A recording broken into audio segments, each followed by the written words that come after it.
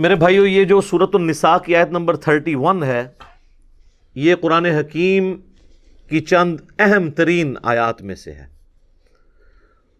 اور شاید یہ ان آیات میں سے ہے جو ہر شخص کی بنیادی ضرورت ہے۔ اس لیے میں اس آیت کے اوپر تھوڑی تفصیلی گفتگو کروں گا۔ اس کے اندر اللہ تعالیٰ نے گناہ کے حوالے سے جو اپنا پوائنٹ آف ویو ہے وہ کھول کر بیان کر دیا ہے کہ میں کن گناہوں کے بارے میں زیادہ سختی فرماؤں گا اور کن کے بارے میں زیادہ سختی نہیں فرماؤں گا۔ پہلے اس آیت کو کور کرتے ہیں، پھر انشاءاللہ اس کے کانٹیکسٹ میں کراس ریفرنس کے طور پہ قرآن حکیم سے ہی کچھ آیات پیش کروں گا گناہ کبیرہ کے پوائنٹ آف ویو سے، اور کچھ صحیح الاسناد احادیث بھی انشاءاللہ اس حوالے سے ڈسکس کریں گے۔ اعوذ باللہ من الشیطان الرجیم، بسم اللہ الرحمن الرحیم۔ ان تجتنبوا کبائر ما تنہون عنہ، اگر تم ان بڑے بڑے گناہوں سے بچ جاؤ گے جن سے ہم نے تمہیں روکا ہے، نکفر عنکم سیئاتکم، تو باقی سارے گناہ ہم تمہارے ویسے ہی معاف کر دیں گے، محو کر دیں گے۔ وَنُدْخِلْكُمْ مُدْخَلًا كَرِيمًا، اور ہم تمہیں داخل کریں گے عزت والی جگہ پر، یعنی اللہ نے جو رحمت کا مقام اپنا رکھا ہے، جنت۔ اللہم اجعلنا منہم، آمین۔ اللہم انا نسألک جنت الفردوس مع النبیین والصدیقین والشہداء والصالحین، آمین۔ تو یہاں پہ بنیادی فلسفہ اللہ نے بیان کر دیا ہے کہ اگر تم بڑے بڑے گناہوں سے بچ جاؤ گے نا، چھوٹوں سے ہم ویسے ہی درگزر کر دیں گے۔ یہ بہت بڑی بات ہے، اور یہ ٹاپک جو ہے قرآن حکیم میں دو مقامات کے اوپر جو ہے وہ اس انداز میں بیان ہوا ہے کہ جس سے پوری ڈاکٹرن کلیئر ہو جائے گی۔ ایک مقام یہ ہے، اور ایک پارہ نمبر 27 کے اندر سورۃ النجم کی آیت نمبر ہے 32، وہ آیت بھی میں ساتھ کور کر دیتا ہوں تاکہ آپ کو کراس ریفرنس کے طور پہ یہ پتہ چل جائے۔ الذین یجتنبون کبائر الاثم، وہ لوگ جو کہ بڑے بڑے گناہوں سے بچ جاتے ہیں، والفواحش، اور بے حیائی کے کاموں سے، الا اللمم، سوائے چھوٹی موٹی چیزیں جو ہو جاتی ہیں، یعنی اس کو اللہ نے خود ہی بینیفٹ دے دیا، چھوٹی موٹی چیزوں کو ہم درگزر کر دیں گے۔ یہ الا اللمم، چھوٹی موٹی چیزیں۔ ان ربک واسع المغفرہ، بے شک تیرا رب وسیع مغفرت والا ہے۔ ہوا اعلم بکم، وہ تو تمہیں اس وقت سے جانتا ہے، اذ انشأکم من الارض، جب تم زمین سے پیدا ہوئے تھے، پھوٹے تھے زمین سے۔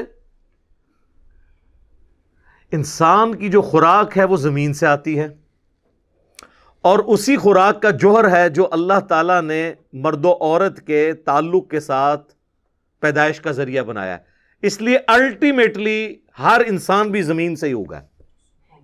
یہ ہے اس کے اندر باریکی۔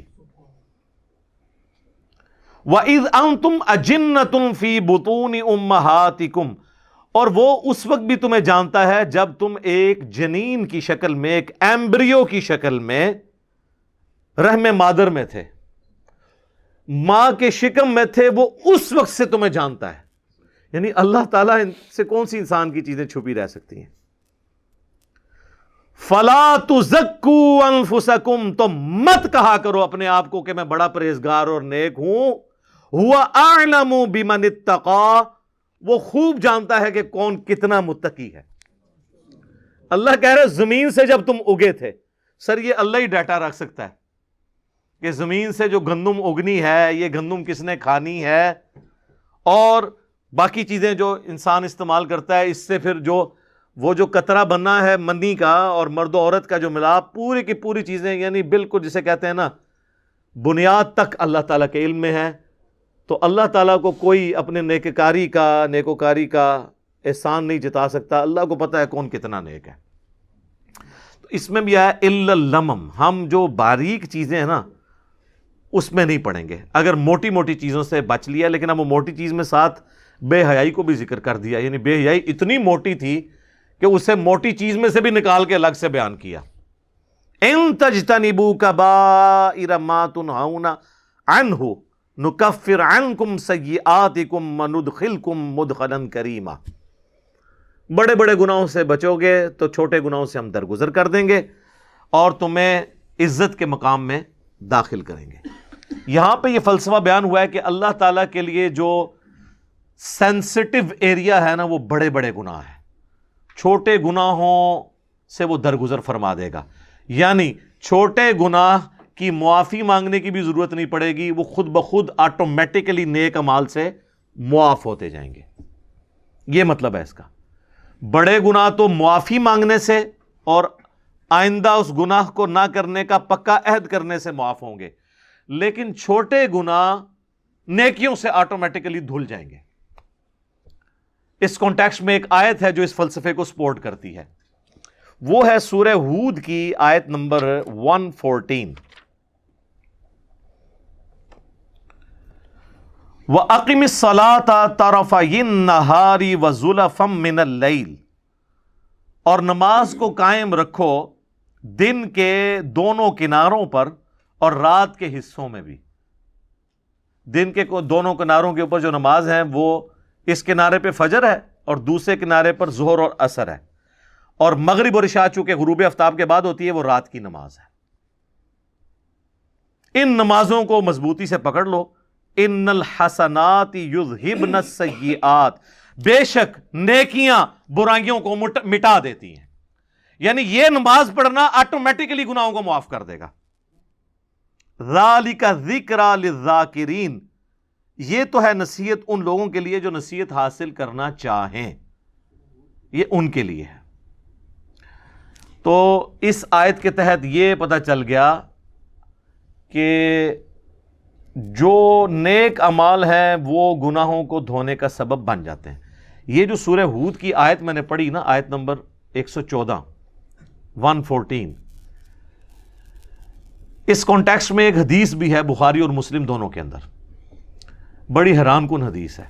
مسلم شریف میں ذرا ڈیٹیل سے ہے, بخاری میں بھی موجود ہے,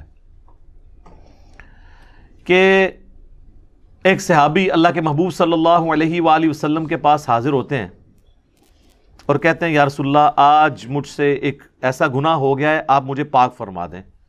آج میں نے مدینہ شریف کے کنارے پر, یعنی شہر سے باہر گاؤں ایریا میں, ایک عورت کو گلے لگا لیا, لیکن میں نے اس کے ساتھ کوئی اور تعلق قائم نہیں کیا, یعنی وہ جو انٹر کورس والا, باقی میں نے اس کے ساتھ اس طرح کا معاملہ کیا. تو اب میرے لیے کوئی معافی؟ تو نبی صلی اللہ علیہ وآلہ وسلم نے خاموشی اختیار کر لی. جب وہ جانے لگا تو نبی علیہ السلام نے اسے واپس بلایا. اسی وقت نبی علیہ السلام پہ یہ آیت نازل ہوئی سورہ ہود کی 114. آپ نے یہ آیت تلاوت کی کہ دن کے دونوں سروں پر اور رات کے اوقات میں نماز کو قائم رکھو, بے شک نیکیاں گناہوں کو مٹا دیتی ہیں, محو کر دیتی ہیں. تو نبی علیہ السلام نے کہا کہ نماز پڑھو, تمہارا یہ گناہ معاف ہو جائے گا. اچھا, بعض لوگ اس سے سمجھتے ہیں کہ کوئی اگر ڈیٹس مارتا رہے لڑکیوں کے ساتھ, نماز پڑھ لے تو آٹومیٹکلی معاف ہو جائے گی. نہیں, اس پہ بھی اجماع ہے پوری امت کے علماء کا, چاہے سنی ہو یا شیعہ, کہ کسی چھوٹے گناہ کو چھوٹا سمجھ کے تکرار کے ساتھ کرنا بھی گناہ کبیرہ ہے. یہ تو ایک کبھی کبھار ہو جائے نا, لیکن وہ یہ تو نہیں تھا کہ نبی علیہ السلام نے اسے یہ کہا کہ ہاں روزانہ گلے لگا لیا کرو, اس کے بعد پھر نماز پڑھ لیا کرو. ایسا نہیں ہے. یعنی کبھی کبھار کوئی نفس سے مغلوب ہوا تو اس کی نیکیاں گناہوں کو محو کر دیں گی. اسی کو سپورٹیو ایک اور حدیث ہے بخاری اور مسلم دونوں کے اندر. نبی صلی اللہ علیہ وآلہ وسلم نے فرمایا, بھلا بتاؤ تو اگر کسی شخص کے گھر کے آگے سے نہر گزرتی ہو اور وہ روزانہ اس میں 5 دفعہ غسل کرے تو اس کے جسم پہ کوئی میل باقی رہ جائے گا؟ صحابہ نے کہا نہیں یا رسول اللہ صلی اللہ علیہ وآلہ وسلم. تو آپ نے فرمایا کہ پھر 5 نمازوں کی مثال بھی ایسی ہی ہے کہ اس کے جسم سے گناہ سارے دھل جائیں گے. لیکن چھوٹے گناہ, بڑے گناہ نہیں معاف ہوں گے. بڑے گناہ صرف توبہ سے معاف ہوتے ہیں اور آئندہ گناہ نہ کرنے کا پکا عہد کرنا. چھوٹے گناہ آٹومیٹکلی نیکیوں سے معاف ہو جاتے ہیں. اور بڑے گناہ جب معاف ہوتے ہیں وہ سورۃ الفرقان کی آیت نمبر 70 ہے، 70 نمبر، کہ اگر کوئی بڑے بڑے گناہوں سے توبہ کر لے، حتیٰ کہ اللہ نے اس بڑے گناہوں میں شرک کو ذکر کیا، قتل ناحق کو ذکر کیا، زنا کو ذکر کیا، اور کہا کہ اگر کوئی ان سے بھی توبہ کر لے ہم اس کے گناہوں کو بھی نیکیوں سے بدل دیں گے. صرف معاف نہیں کریں گے، گناہوں کو نیکیوں سے بدل دیں گے. سبحان اللہ وبحمدہ سبحان اللہ العظیم. آمین. تو بڑے بڑے گناہوں سے اگر توبہ کر لی جائے تو وہ اتنی بڑی نیکیاں بن جائیں گی، لیکن وہ توبہ پاکستانی توبہ نہیں ہوگی، وہ پکی والی توبہ ہوگی.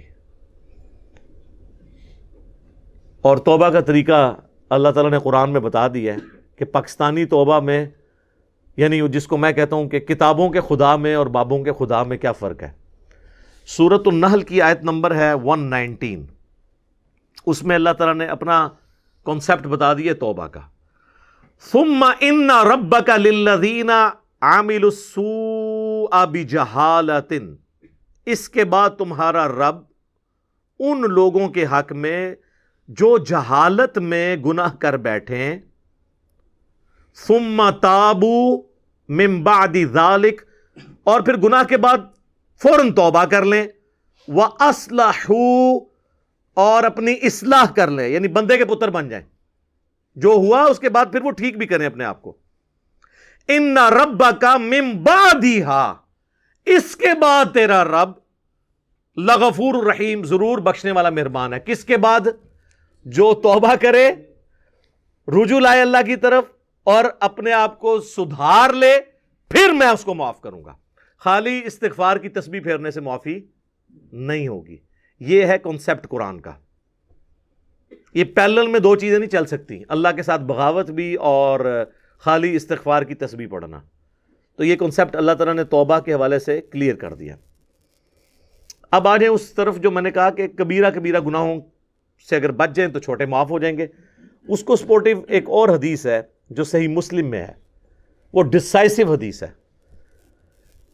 اس کے الفاظ ہیں، اگر بڑے بڑے گناہوں سے بچا جائے تو ایک نماز سے دوسری نماز، ایک جمعے سے دوسرا جمعہ، اور ایک رمضان سے دوسرا رمضان درمیان کے تمام گناہوں کا کفارہ بن جائے گا، اگر بڑے بڑے گناہوں سے بچا جائے. اب یہ نہیں ہے کہ ادھر سے ایک جمعہ پڑھا ادھر سے ایک جمعہ اور درمیان والے معاف، نہ، کیونکہ اس کے الفاظ ہیں اگر بڑے گناہوں سے بچا جائے. تو مجھے بتائیں نماز چھوڑنے سے بڑا گناہ کون سا ہو سکتا ہے؟ صحیح مسلم میں حدیث ہے، بندے کے کفر اور ایمان کے درمیان، شرک اور اسلام کے درمیان فرق نماز ہے. لہٰذا جو نماز چھوڑتا ہے تو ایک جمعے سے دوسرا جمعہ درمیان کے گناہوں کا اس کا کفارہ نہیں بنے گا. ایک رمضان سے دوسرا رمضان درمیان کے گناہوں کا کفارہ نہیں بنے گا. ایک نماز سے دوسری نماز درمیان کے گناہوں کا کفارہ نہیں پڑے گی کہ اگر کوئی کہے جی میں فجر پڑھ لوں اور ادھر سے عشاء پڑھ لوں درمیان والی معاف ہو جائے، نہیں. جامعہ ترمذی میں حدیث ہے، شقیق تابعی کہتے ہیں کہ صحابہ کرام نماز چھوڑنے والے کے علاوہ کسی کی تکفیر نہیں کرتے تھے. جو نماز نہیں پڑھتا تھا اس کو وہ کافر سمجھتے تھے. یہ پاکستان کے شناختی کارڈ میں بے نمازی مسلمان ہے، اللہ کے ہاں بے نمازی مسلمان نہیں ہے. جامعہ ترمذی میں حدیث ہے، جس نے جان بوجھ کے نماز چھوڑ دی اس نے کفر کیا. اور جان بوجھ کے چھوڑنے سے مراد یہ نہیں کہ بندہ کہ جی میں بڑا مصروف ہوں، نہیں. بخاری و مسلم دونوں میں حدیث ہے کہ اگر کوئی شخص بھول جائے یا سویا ہوا ہو تو جیسے ہی اسے یاد آئے یا وہ اٹھے تو نماز پڑھ لے. اور پھر نبی علیہ السلام نے وہ آیت تلاوت کی سورہ طٰہٰ کی، وَأَقِمِ الصَّلَاةَ لِذِكْرِي، اور میری یاد کے لیے نماز کو قائم رکھنا. تو نبی علیہ السلام نے فرما دیا کہ وہ جو جان بوجھ کے یہ ہے کہ ایک بندہ جاگ بھی رہا تھا اور بھولا ہوا نہیں تھا اور اس نے نماز چھوڑ دی، وہ مارا گیا. ایک اور چیز ہو سکتی ہے کہ کوئی مجنون ہو جائے، جو صحیح بخاری میں مولا علی کا قول ہے تعلیقاً کہ 3 لوگوں سے قلم اٹھا لیا گیا ہے، چھوٹے بچے سے، پاگل سے اور سوئے ہوئے شخص سے، یہاں تک کہ وہ جاگ جائے۔ تو یہ حدیث مرفوع بھی ہے، نبی علیہ السلام سے بھی مولا علی نے نقل کی ہے، سنن ابن ماجہ میں بھی ہے، ترمذی میں بھی، بخاری میں امام بخاری اسے چیپٹر کی ہیڈنگ میں لے کے آئے ہیں۔ اس کانٹیکسٹ میں جو سیدنا عمر کے پاس ایک دفعہ ایک مقدمہ کسی پاگل کے بدکاری کرنے کا آیا تھا، تو مولا علی نے کہا تھا کہ اس کے اوپر سزا جاری نہیں ہوگی کیونکہ اس کا ذہنی توازن درست نہیں ہے۔ تو پاگل کوئی ہو گیا ہے، سویا ہوا ہے، بھول گیا ہے، تو پھر معاملہ الگ ہے، ورنہ آپ نے نماز پڑھنی ہے، اور نماز چھوڑنے کی معافی جو ہے وہ نیک اعمال سے نہیں ہوگی، کیونکہ یہ تو فرض ہے، اسی طریقے سے باقی جو فرائض ہیں۔ تو یہ گناہ کبیرہ کے حوالے سے کانسیپٹ کلیئر ہو گیا۔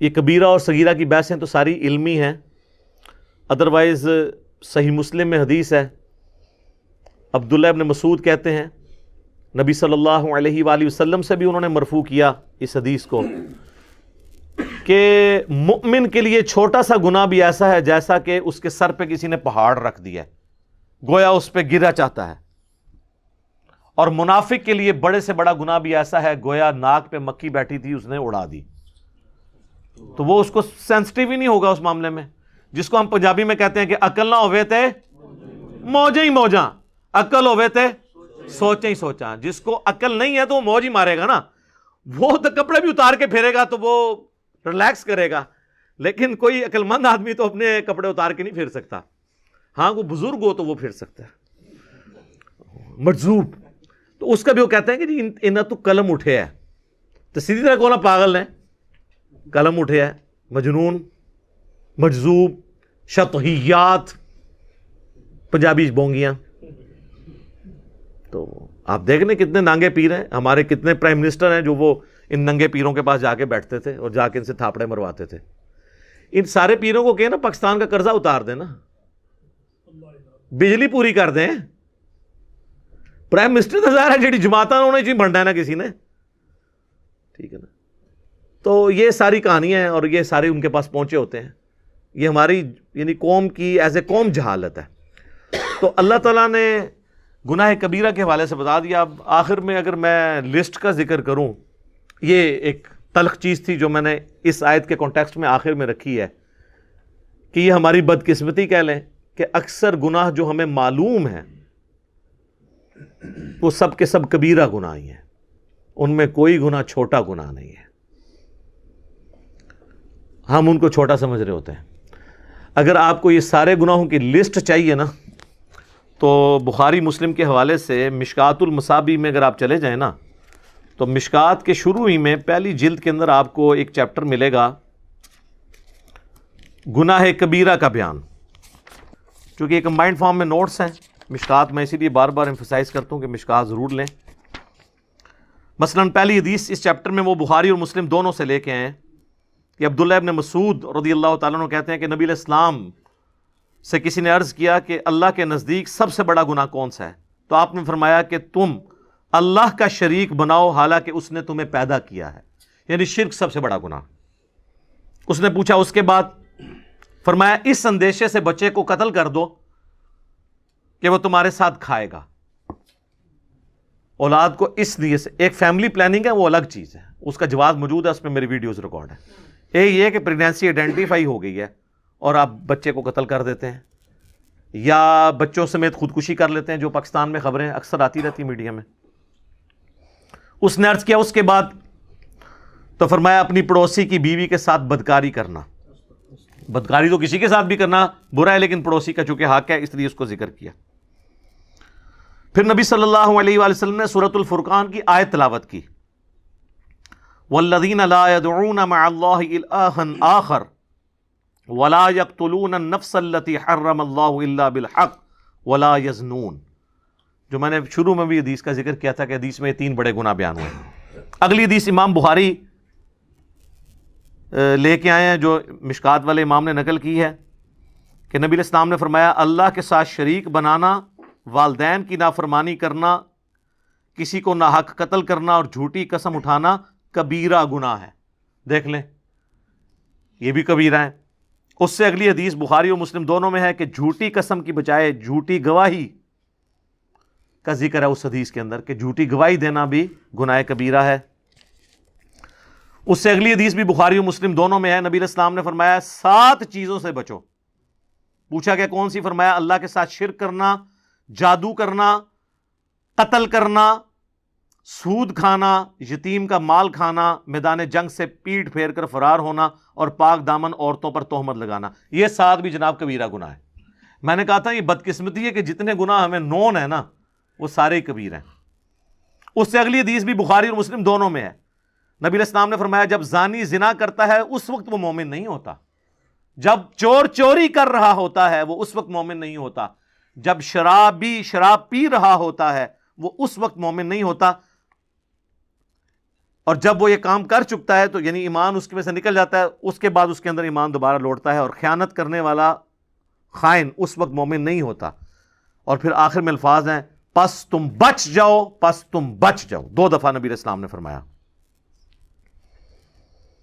تو آگے بخاری مسلم دونوں میں حدیث ہے منافق کی 3 نشانیاں ہیں، جب بات کرے تو جھوٹ بولے، وعدہ کرے تو خلاف ورزی کرے، اور جب امانت رکھی جائے خیانت کرے۔ لو جی پوری قوم کے اوپر فٹ ہو رہی ہے۔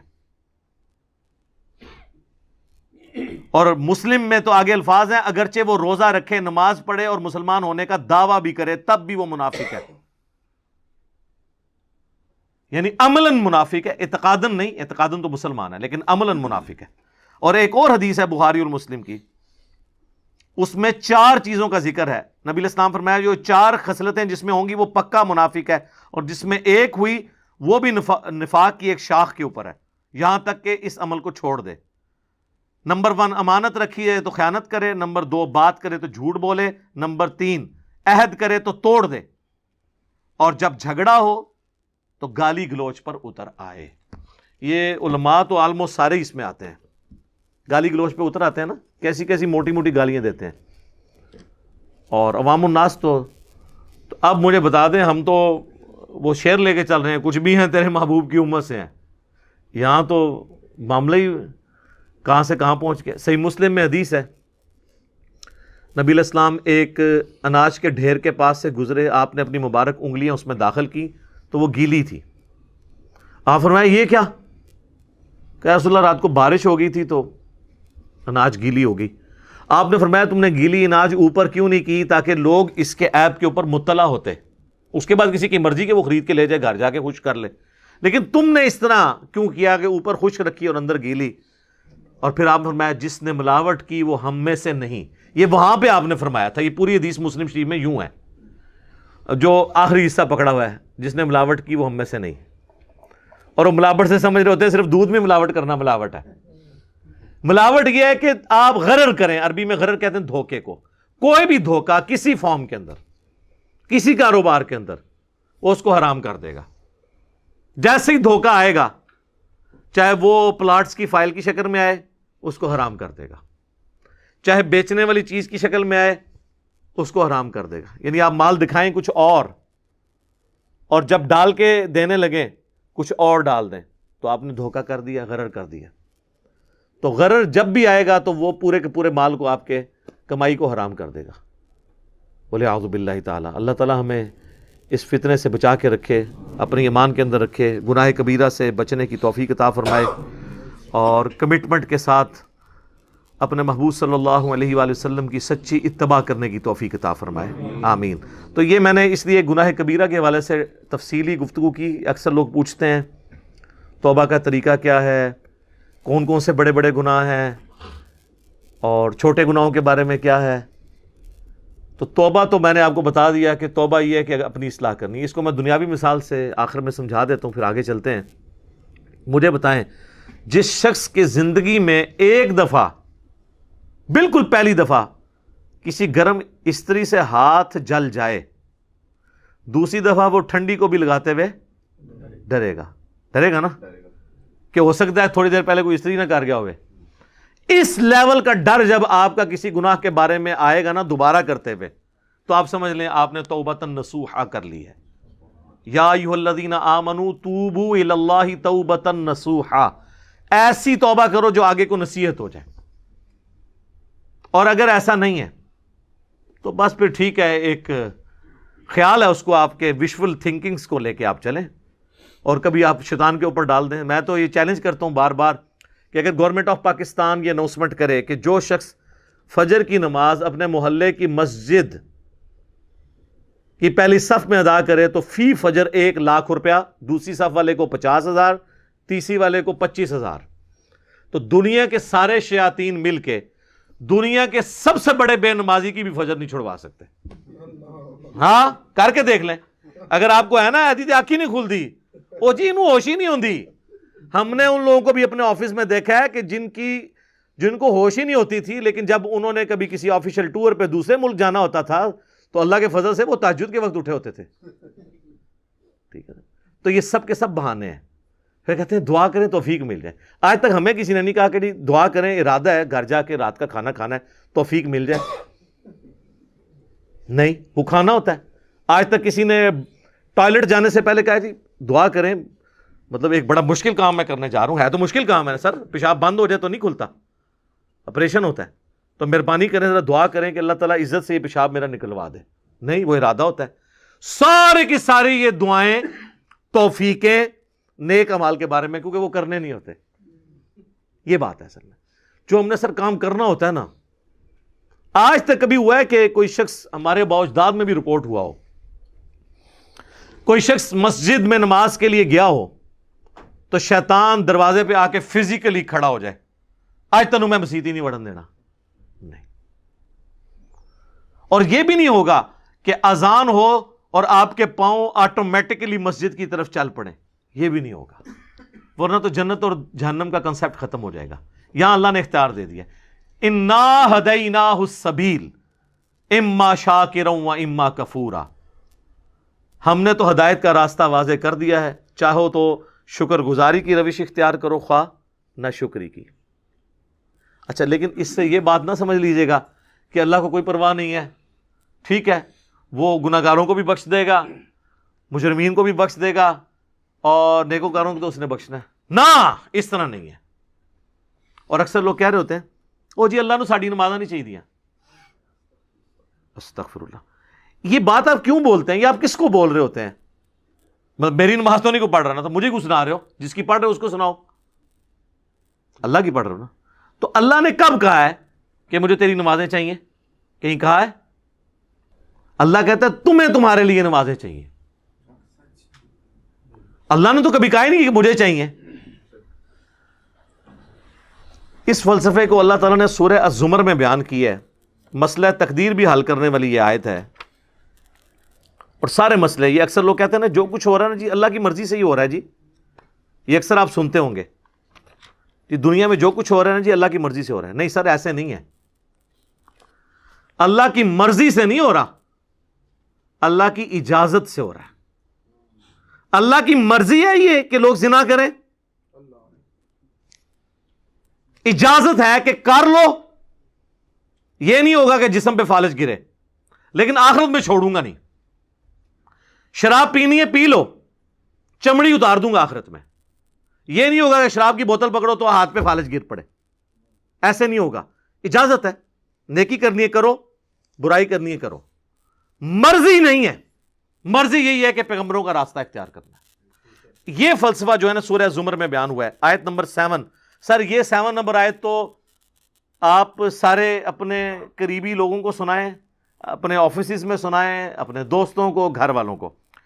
ان تکفروا فإن اللہ غنی عنکم، دیکھو اگر تم اللہ کا کفر کرو گے، ناشکری کی زندگی گزارو گے، تو یاد رکھنا اللہ بے پرواہ ہے، اللہ کو کوئی فرق نہیں پڑے گا۔ لیکن اس کا یہ مطلب بھی نہیں ہے کہ اللہ کو نہیں فرق پڑا تو اللہ تعالیٰ چھوڑ دے گا، نہیں۔ وَلَا يَرْضَى لِعِبَادِهِ الْكُفْرِ، لیکن میں کبھی راضی نہیں ہوں اس بات پہ کہ کوئی میری ناشکری کرے، میری نافرمانی کرے، میرا کفر کرے۔ وَإِن تَشْكُرُوا يَرْضَهُ لَكُمْ، اور اگر تم شکر گزاری کی روش اختیار کرو گے، یعنی اللہ کے تابع فرمان رہو گے، تو یہ اللہ تعالیٰ تم سے پسند کرتا ہے۔ وَلَا تَزِرُ وَازِرَةٌ وِزْرَ أُخْرَى، کوئی جان دوسری جان کا بوجھ نہیں اٹھائے گی، ہر شخص نے اپنے اعمال کا جواب دہ خود ہونا ہے۔ ثُمَّ إِلَىٰ رَبِّكُمْ مَرْجِعُكُمْ، اس کے بعد تمہیں لوٹ کر تمہارے رب کی طرف جانا ہے۔ فَيُنَبِّئُكُم بِمَا كُنتُم تَعْمَلُونَ، پھر وہ تمہیں خبر دے دے گا جو کچھ تم دنیا میں اعمال کیا کرتے تھے۔ اِنَّهُ عَلِيمٌ بِذَاتِ الصُّدُورِ، بے شک وہ تو سینوں کے چھپے ہوئے رازوں کو بھی جاننے والا ہے۔ اللہ اکبر، یار اللہ سے کون بھاگ سکتا ہے؟ میرے بھائی، آپ اپنی داڑھیوں سے، پگڑیوں سے، نمازوں سے، تسبیحوں سے دنیا کو دھوکہ دے سکتے ہیں، قانون کو چکمہ دے سکتے ہیں، اللہ سے بھاگ کے کہاں جائیں گے؟ اللہ تو اتنا باریک بین ہے کہ جن لوگوں کی نماز، حج، زکوٰۃ بھی لکھے ہوں گے نا قیامت والے دن، فرشتوں نے نیکیوں کے ڈھیر لگائے ہوں گے، اللہ زیرو سے ملٹیپلائی کر دے گا۔ اللہ سے بڑا ڈر لگتا سر، اللہ بڑا ڈاٹا جائے۔ ہاں، اللہ والے بن جاؤ تو اللہ سے زیادہ کوئی شفیق نہیں ہے، لیکن اللہ کے نافرمان ہیں تو سر اللہ بڑا ڈاٹا جائے۔ مسلم شریف میں حدیث ہے، سب سے بڑی 3 نیکیاں کون سی ہو سکتی ہیں؟ تینوں نیکیوں کے بارے میں نبی علیہ السلام نے کہا کہ یہ کرنے والا بھی جہنم میں چلا جائے گا۔ نمبر 1، آپ نے فرمایا قیامت والے دن اللہ تعالیٰ ایک شہید کو اٹھائے گا اور پوچھے گا میں نے تجھے اتنا کچھ دیا، اچھی صحت دی، تو نے میرے لیے کیا کیا؟ وہ کہے گا یا اللہ جان سے قیمتی کون سی چیز تھی تیرے لیے دے دی؟ تو اللہ تعالیٰ فرمائے گا تو نے جان اس لیے دی کہ لوگ تجھے بہادر کہیں، تو دنیا نے تیری بڑی تعریف کی، تو دنیا سے اپنا اجر لے چکا ہے، میرے ہاں کوئی اجر نہیں، اوندھا منہ کر کے جہنم میں۔ فرشتوں نے اسے شہید لکھا ہوا ہے، اللہ نے کہا نا، آپ اپنی نیکیوں سے فرشتوں کو بھی دھوکہ دے سکتے ہیں۔ فرشتے تو ظاہری مال کو لکھیں گے، ہاں جی یہ ہے، تو یہ حساب کتاب تو بس اس خانہ پوری ہے، اصل میں تو اللہ تعالیٰ خود حساب کرنے والا ہے۔ اللہم حاسبنی حسابا یسیرا، آمین۔ پھر اللہ تعالیٰ ایک سخی کو بلائے گا کہ اتنا مال دیا تھا تو نے کیا کیا؟ وہ کہے گا یا اللہ جو بھی مجھے جگہ ملتی تھی نا کہ یہاں پہ تو نے خرچ کرنے کا کہا، میں نے کوئی جگہ نہیں چھوڑی کہ وہاں پہ خرچ نہ کیا ہو۔ اللہ تعالیٰ فرمائے گا تو نے اس لیے خرچ کیا کہ لوگ تیری تعریف کریں کہ یہ بڑا سخی ہے، تو دنیا میں تیری بڑی تعریف ہوتی تھی، میرے ہاں تیرے لیے کوئی اجر نہیں ہے، اوندھا منہ کر کے جہنم میں۔ پھر قرآن کے قاری کو بلایا جائے گا، اللہ تعالیٰ کہے گا میں نے تجھے قرآن دیا تھا، تو نے میرے لیے کیا کیا؟ کہے گا یا اللہ میں نے اتنے لوگوں کو قرآن سکھایا، قرآن کی تعلیم دی۔ اللہ نے فرمایا یہ اس لیے کہ لوگ تجھے قاری کہیں، تو دنیا میں تیری بڑی تعریف ہوئی، تیرے نام سے پہلے بھی 8 دمیں ہوتی تھی، بعد میں بھی 10 دمیں لگتی تھی، یہ میں اس کی تشریح کر رہا ہوں۔ پھر لوگ کہتے ہیں نہیں دیسی تو لکھے ہی نہیں سی ہوا، دیسی اتنا کوئی نہیں لکھا ہوتا، وہ آپ کڑنا ہوتا ہے بچوں، کیونکہ قرآن پرانا نہیں ہوتا۔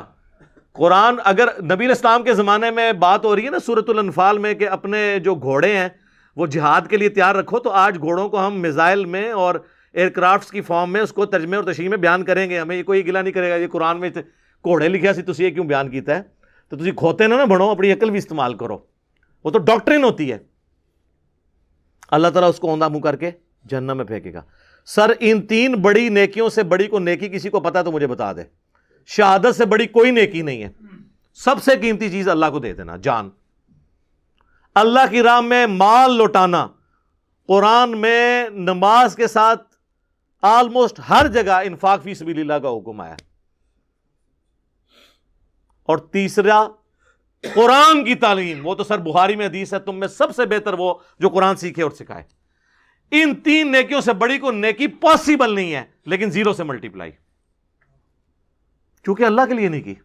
مسند احمد میں حدیث ہے جس نے دکھلاوے کے لیے روزہ رکھا اس نے شرک کیا، جس نے دکھلاوے کے لیے نماز پڑھی اس نے شرک کیا، اور جس نے دکھلاوے کے لیے صدقہ کیا اس نے شرک کیا۔ کی نیکی ہو گیا شرک۔ یہ کیا بات ہوئی؟ نماز کیسے شرک ہو گئی؟ نماز تو اللہ کی ہوتی ہے، پڑھی بھی اللہ کے لیے لیکن دکھانے کے لیے کسی کو۔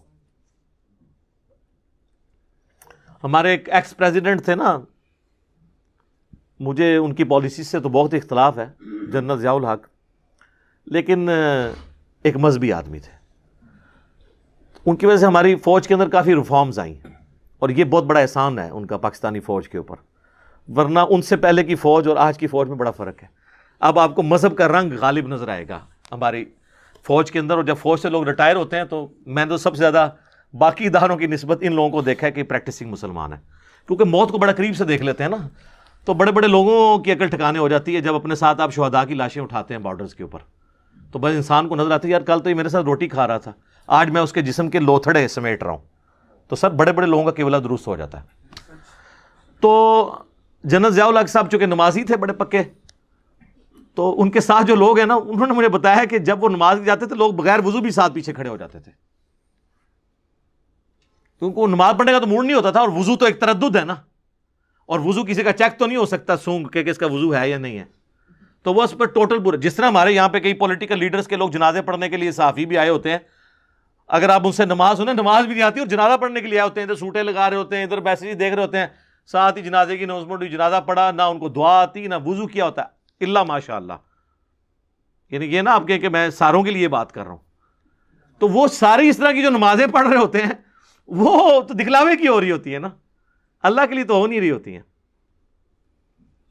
تو استغفر اللہ الذی لا الہ الا ہو الحی القیوم واتوب الیہ من کل ذنب واتوب الیہ، آمین ثم آمین.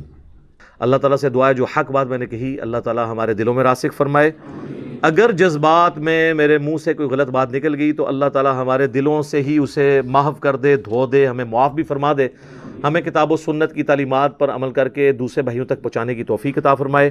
سبحانک اللہم وبحمدک اشہد ان لا الہ الا انت استغفرک واتوب الیک وما علینا الا البلاغ المبین. جزاکم اللہ خیرا.